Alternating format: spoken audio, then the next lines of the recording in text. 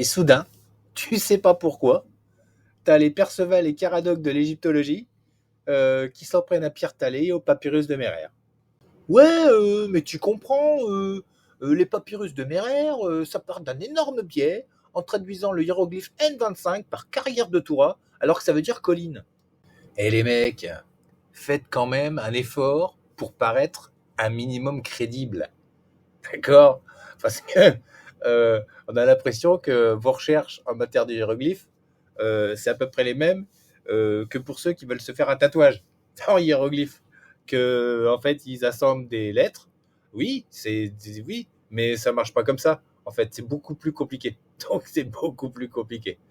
Voilà, donc là on rentre plutôt dans le problème. Dès qu'on parle de tatouage et d'hiéroglyphes, c'est l'idée de vouloir écrire son nom en hiéroglyphes. Donc voilà, j'ai déjà souligné assez souvent que ça n'avait aucun sens de vouloir faire ça parce que en fait, ça utilise uniquement des symboles unilitaires qui correspondent grosso modo à une seule lettre de l'alphabet. Donc par exemple ici on a un D, un Y, un A, un N et un A. Donc là c'est quelqu'un qui a écrit Diana. Soit c'est son propre prénom et c'est une dame très poilue, soit ce n'est pas son propre prénom. Alors, comme je suis un mec sympa à la base, j'avais plutôt conseillé d'aller voir une série de vidéos fort intéressantes sur le sujet. Comment ça marche les hiéroglyphes? Alors, ce qui est fabuleux quand même, c'est que notre Perceval, il a répondu quelques minutes après que j'ai posté le lien. Donc, ça veut dire que les vidéos, finalement, il n'a pas été les voir. Bon, c'est con parce qu'il aurait dû. Il aurait vu que c'est très, très compliqué de traduire un hiéroglyphe. Interprète! Interprète! Interprète! Interprète! Warrior! Prenons cette courte phrase que j'ai déjà introduite dans un épisode précédent et qui est extraite du livre Je lis les hiéroglyphes de Jean Capart. Tout d'abord, nous avons l'œil qui est le bilitaire ir et qui vient du verbe iri, faire. Le N qui le suit montre que ce verbe est utilisé au passé. Le S est le pronom elle, le féminin de la troisième personne du singulier. Ici, ce elle désigne la reine. Si c'était agi d'un roi, on aurait utilisé un F pour il. Contrairement au français, les pronoms je, tu, il, etc. ne se mettent pas avant le verbe, mais derrière lui, en formant un suffixe qu'on appelle pronom suffixe. Ce groupe signifie donc elle, la reine, a fait. Première règle de ponctuation, on ajoute un point entre la racine du verbe et le suffixe n du passé, et on ajoute un signe égal avant le pronom suffixe. C'est comme ça. Ensuite, on a m, préposition qui ici signifie en qualité de, comme. On a ensuite men, suivi du...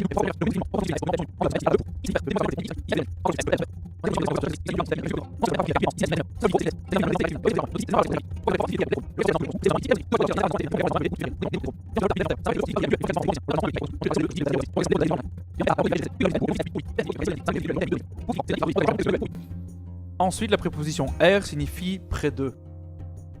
Et enfin, sebehet, mot féminin signifiant porte monumentale, dont on a de nouveau écrit que le déterminatif. C'est compliqué, mais c'est compliqué! La phrase entière signifie donc elle, la reine, a fait comme monument d'elle-même à son père Amon, maître de Karnak, érigé pour lui 2 grands obélisques près de la porte. Ah bah oui, là bien sûr, c'est du Shintok, hein. Les mecs qui se raclent un peu la soupière avant de sortir n'importe quelle connerie.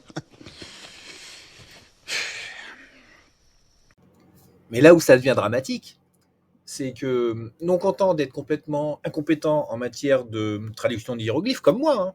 Moi j'avoue, hein, je suis incapable de traduire des hiéroglyphes. Mais lui pense qu'il a compris comment ça marchait, alors que non.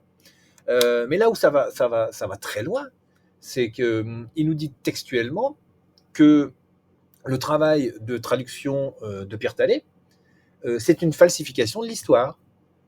Donc en gros, il l'accuse d'avoir volontairement trafiqué la traduction du papyrus de Mérer pour que ça colle au narratif égyptologique.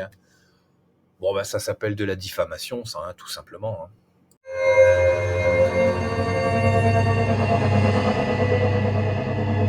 Alors, le nouveau joujou ultime de nos amis chercheurs de véritude, ce sont les IA. Et notre Perceval a demandé à 4 IA, et oui, pas une, pas deux, pas trois, mais 4 IA, de traduire un morceau du journal de Merer.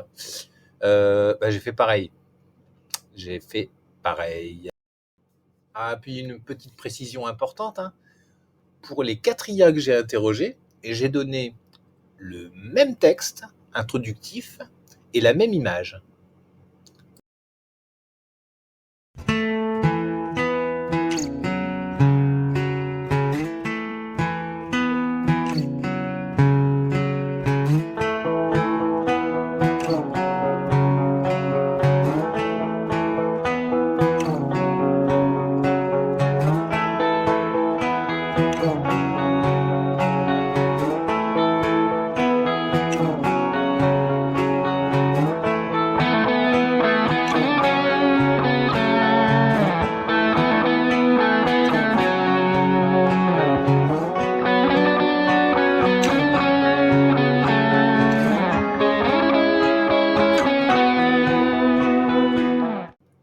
Alors, bilan des courses de la traduction de ce petit texte en hiéroglyphe par nos IA. Alors, pour Grok, notre petit texte écrit en hiéroglyphe veut dire Ré est l'éclat des couronnes. Ce qui ne veut strictement rien dire, mais c'est Grok. Alors, pour copilote, ça voudrait dire protection royale ou objet sacré. Mistral va à la fois un peu plus loin, mais ne s'engage pas trop, en nous proposant une translittération phonétique que je serais bien incapable de vous reproduire vocalement. Enfin, pour ChatGPT, on aurait la translittération phonétique de RPW, suivie de territoires étrangers ou des contrées lointaines. Donc on ne va pas chercher plus loin, hein. Il s'avère impossible pour nos IA de traduire une image contenant des hiéroglyphes. Voilà.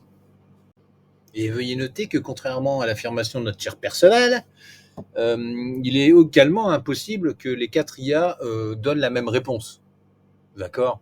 La preuve. Mais que voulait dire notre hiéroglyphe ? Notre hiéroglyphe, en réalité, on pourrait le traduire par Toura. En fait, non. C'est le nom qu'on donne à Toura de nos jours, ou qu'on a donné à Toura plus tard. En fait, c'est Ro-A-U. D'accord ? Me demandez pas à un moment donné comment on le traduit avec précision, parce que moi je serais bien incapable, mais je vous invite à lire une petite explication qui a été donnée sous les fils de conversation de notre cher Perceval. D'ailleurs, hein, si celui-ci avait écouté les conférences ou des conférences que l'on peut facilement trouver sur YouTube de Pierre Tallet, la réponse, il l'aurait eu depuis longtemps. I've called in the Papyrus A, and it is giving an account of the transfer of people nearby the pyramids. And we have those two toponyms that are appearing here. We are on one side the information that we have the Ro-A-U. Ro-A-U is the ancient name of the Tura quarries. And on the other place, you can distinguish the name of Aret Khufu, which means the horizon of Khufu, and which is the name of the funerary complex of King Khufu in Giza. L'inspecteur Merer, jour 26, appareille avec sa filée de Toura Sud, chargée de pierres. Donc, les pierres viennent bien de Toura pour être acheminées vers le chantier de la pyramide. En direction de Aret Khufu, qui est le chantier de la pyramide, passer la nuit à Chéroufou, le lac de Khéops, qui est le bassin dont je vous ai parlé tout à l'heure. Jour 27, embarquer depuis Chéroufou, naviguer vers Aret Khufu, chargé de pierres, passer la nuit à Aret Khufu. Jour 28, appareiller de Aret Khufu le matin, naviguer en remontant le fleuve vers Toura Sud. Jour 29, on recommence. Le inspecteur Merer passe la journée avec sa filée à Allée des Pierres dans Toura Sud. Donc vous avez un incessant système de rotation Il faut charger les pierres sur le bateau, ensuite aller charger de pierres avec la flotte vers la pyramide de Khéops, où on va décharger ces pierres. Ça met 2 jours parce que les bateaux sont lourds et chargés, sans doute beaucoup plus difficile à manœuvrer. Et pour revenir à vide, on met qu'un seul jour pour retraverser et pour se rendre à nouveau dans ces carrières de Toura. Petit détail important également à connaître, cette opération de transfert des blocs n'est possible en fait que pendant la période de la crue du Nil. C'est en fait au moment où le Nil va remplir tout son lit majeur que vous avez là, qui va au pied du plateau de Giza d'un côté et au pied de la falaise où vous avez les carrières de Toura de l'autre, que les conditions sont optimales pour transférer une charge lourde d'un endroit à l'autre. Donc, la crue en Égypte avait lieu au mois de juillet.